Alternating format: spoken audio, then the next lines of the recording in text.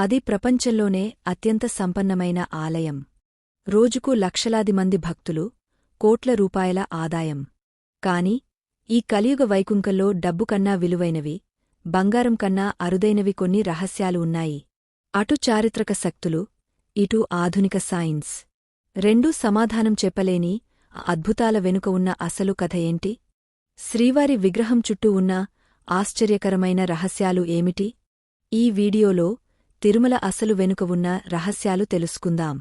మూలవిరాట్, సజీవ విగ్రహ రహస్యం. ముందుగా గర్భాలయంలోని ఆ మాయాజాలాన్ని చూడండి. సాధారణంగా రాతి విగ్రహాలకు పచ్చకర్పూరం రాస్తే అవి కాలక్రమేణా పగిలిపోతాయి. కాని కొన్ని వందల ఏళ్లుగా శ్రీవారికి పచ్చకర్పూరం రాస్తున్నా ఆ విగ్రహం చెక్కు చెదరలేదు. ఎందుకు? అంతేకాదు, గర్భాలయం ఎప్పుడు చల్లగా ఉన్నా స్వామివారి విగ్రహానికి నిత్యం చెమట పడుతుంది. ఆయన వీపు భాగం ఎప్పుడూ తేమగా ఉంటుంది. అక్కడ చెవి పెట్టి వింటే సముద్రపు అలల చప్పుడు వినిపిస్తుందని అర్చకులు చెబుతారు. ఇది రాతి విగ్రహమా లేక సజీవరూపమా అన్నది ఇప్పటికీ ఒక మిస్టరీ. అంతర్వాహిని, విరజానది. పురాణాలు చెప్పే వైకుంకంలోని విరజానది తిరుమలలో అంతర్వాహినిగా ప్రవహిస్తోందా? అవుననే అంటున్నాయి ఆధునిక శాటిలైట్ చిత్రాలు. కొండల లోపల ప్రవహించే జలధారలు నేరుగా స్వామివారి పాదాల చెంతకు చేరుతున్నాయి. అందుకే గర్భగుడిలో నీటి ఊట ఎప్పుడూ కనిపిస్తూనే ఉంటుంది.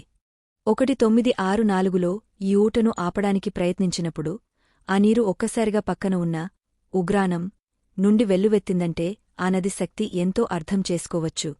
గంటా మండపం. ఒకప్పుడు తిరుమలకు 23 కిలోమీటర్ల దూరంలో ఉన్న చంద్రగిరి రాజు రామదేవరాయలు శ్రీవారి ప్రసాదం నివేదన జరిగినట్లు గంట వినిపిస్తేనే భోజనం చేసేవారు. కొండ చివరన ఉన్న ఒక భారీ గంట ద్వారా ఆ శబ్ద తరంగాలు కిందకు చేరేవి. ఆశ్చర్యకరమైన విషయమేమిటంటే శతాబ్దాల నాటి గంట మండపం ఎటువంటి పునాది లేకుండా కేవలం రాళ్లపై నిలబెట్టబడింది. ఎన్నో తుఫానులు వచ్చినా అది చెక్కుచెదరలేదు. విమానాలు ఎందుకు ఎగరవు? తిరుమల ఆకాశంలో విమానాలు ఎగరవు.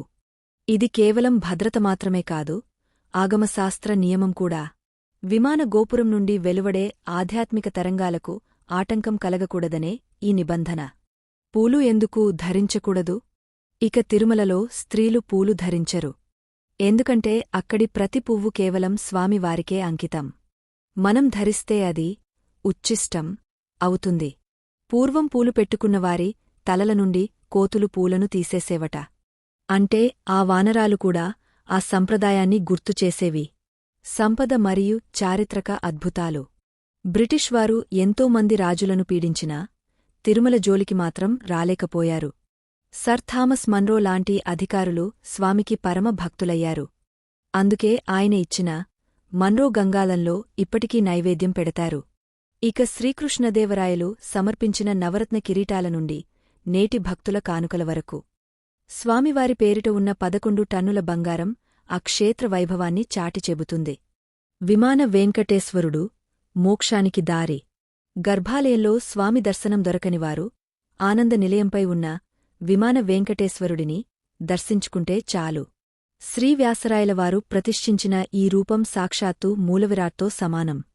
ప్రతి గురువారం స్వామి నిజరూప దర్శనంలో చందనాన్ని తొలగించినప్పుడు ఆయన హృదయంపై లక్ష్మీదేవి అచ్చు స్పష్టంగా కనిపిస్తుంది.